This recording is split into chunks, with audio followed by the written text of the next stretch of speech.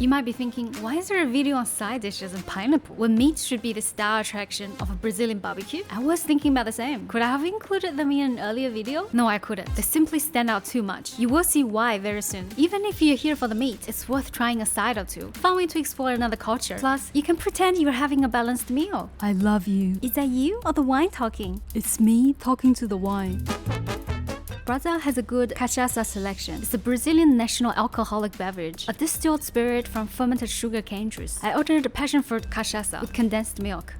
Cool, refreshing, sweet, citrusy with subtle hint of alcohol taste. Contrasts perfectly with the salty, greasy flavors of the meat while cleansing your palate. Recommend for ladies. Sauces are essential in a Brazilian barbecue because cuts are much thicker than traditional steaks, so the seasoning largely stays on the surface. Depending on the skin to meat ratio, you might not have enough seasoning. Here are my recommended sauces. Ranking at number 3 is red wine roux. Beef stock reduced with red wine to thickness consistency of gravy. Velvety with bitter undertone. A bit astringent on the tongue. Nothing too special, it's okay. Ranking at number 2, Malagueta chili. It has roasted red capsicum, onion, garlic, oregano, bay leaves, lime juice, and olive oil. I like it has some heat. Its tanginess cuts through the fattiness. I do wish the nuanced flavors could stand up to the spiciness more. Coming at number 1, chimichurri sauce is made with fresh herbs, including parsley, coriander, and oregano. When you first put it in your mouth, herbal and olive oil fragrances travel to the back of your throat and up into your nose, heating your smell receptors, grabbing your attention. Then the oil coats your mouth as you work on the crunchy diced herbs and mix it with the meat. Acidity from the vinegar breaks through, granting the palate relief by balancing off the fattiness while brightening the meat's umami and the sauce's complex herbal notes. This Brazilian chili is ranked as a number 0 for 3 reasons. Firstly, they're absolutely delicious if you can take the heat. Second, while the other 3 sauces are not included in the buffet, this one is. Thirdly, even though they aren't strictly speaking sauces, it can be. Having been preserved in vinegar and salt, they're packed with flavors. It's plump. When your teeth break it, the juice explodes in your mouth, releasing the fermented depth of flavor. Subtly sweet, tangy, savory, and spicy. Exquisitely balanced. It elevates everything it goes with. When something is this good at a buffet, I order 3 servings at a time. And when that's not enough,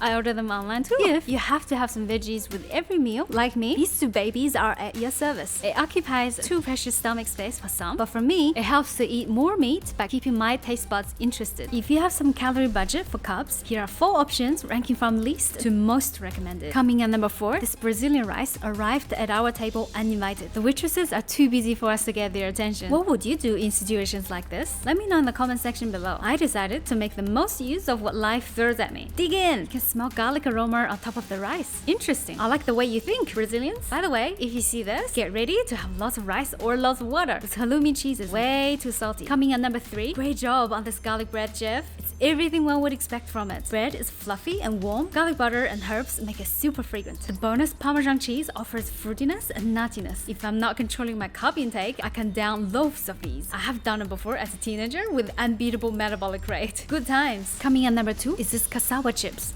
Crunchy but yield to pressure, soft on the inside. Compared with potato wedges, the crusty skin is thicker and airier. Flavor is more complex. It has an earthy tone, slightly sweet and nutty. Plus, who can resist something that's tastier than potato chips, but also healthier, perhaps? Fun fact, potato chips are often associated with fast food chains and labeled as junk food. Cassava chips haven't been talked about much. Is it innocent? Comparing the nutrition value of the 2, potato has slightly more vitamins, minerals, and proteins, the stuff good for you. Less of carbohydrates and fats, the stuff bad for you. However, cassava absorbs less oil in the deep frying process than potato. So, which one is healthier depending on which measure you take? Overall, cassava chips are not necessarily better than potato chips. Everything in moderation is the way to go, including moderation itself. So good.